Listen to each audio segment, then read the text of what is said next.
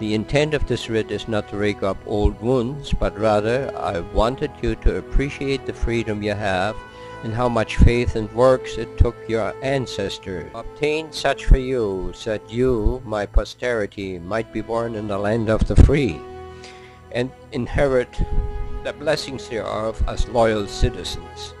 Normally I would not have written this explicit eyewitness account because of its sensitive nature regarding the underlying causes of World War II.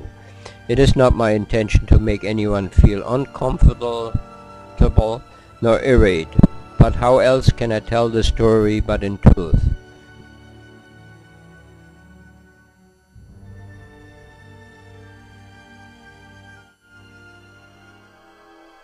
The Versailles Treaty in 1919 established the groundwork for the Second World War. Political unrest slowly spread throughout Germany. The fatherland was ripe for new leadership. Unfortunately, this new leadership came in the likes of Adolf Hitler, who slowly succumbed the nation into war against Europe and her allies.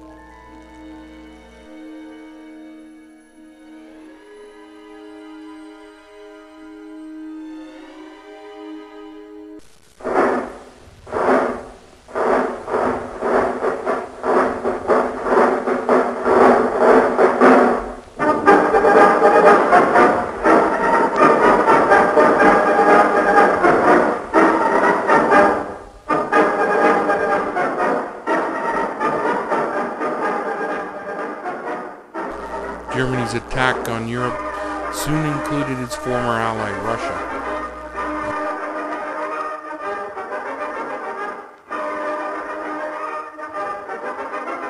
A long and bloody war ensued, resulting in millions of Russian casualties and POWs.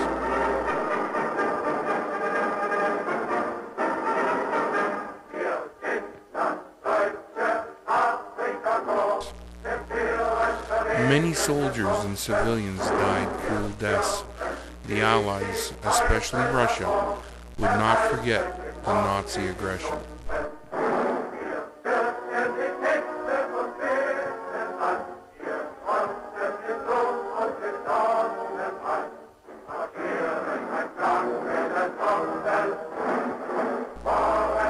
Hatred between these countries had taken on new meaning, and as the ending of the war hastened, so did payback.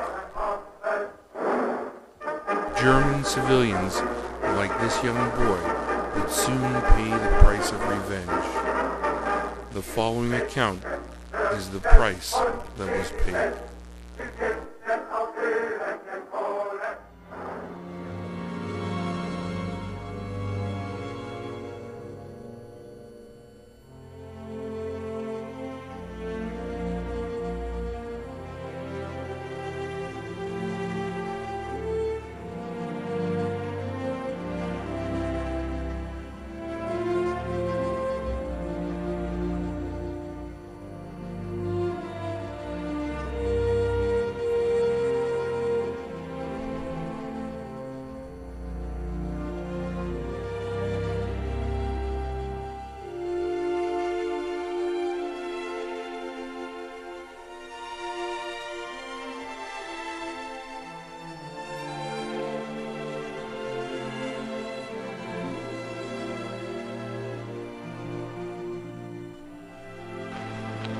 Wir haben uns die beste Luftabwehr geschaffen und die beste Tankabwehr, die es in der Welt gibt.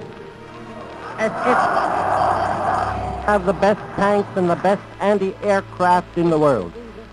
If the battle is to be won, we must provide our men with ever-increasing quantities of the weapons and ammunition they need. We must have, and have quickly, more aeroplanes, more tanks, more shells, more guns. There is imperious need for these vital munitions. Ich habe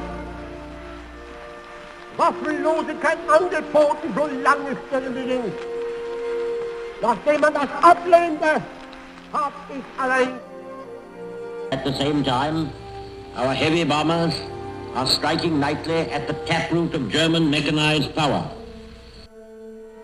I, Henri Bretzke, was born of goodly parents of Christian persuasion in Greifenberg, eastern Pomerania.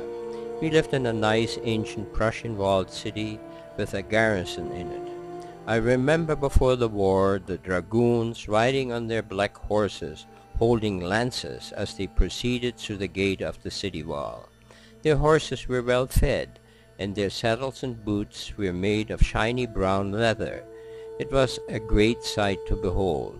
We had also an infantry regiment and an artillery battalion with horse-drawn carriages and heavy howitzers. All of these young and well-trained soldiers ended up in Stalingrad, Russia, where they were lost during the siege and later in the encirclement. Our garrison replacement consisted of French foreign legionnaires who had joined the German Waffen-SS, which was a well-supplied elite foreign fighting unit. I remember them marching through our cobblestone streets singing Légionnaire de la France, Légionnaire Belle Alliance.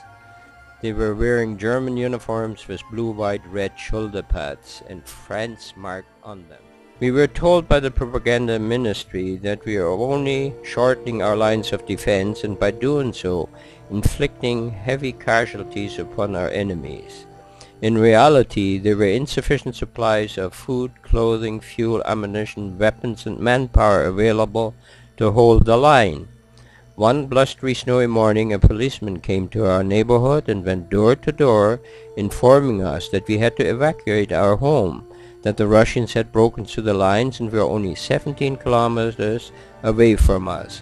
We sat around our warm tile-covered oven, stunned and with unbelief in our countenance.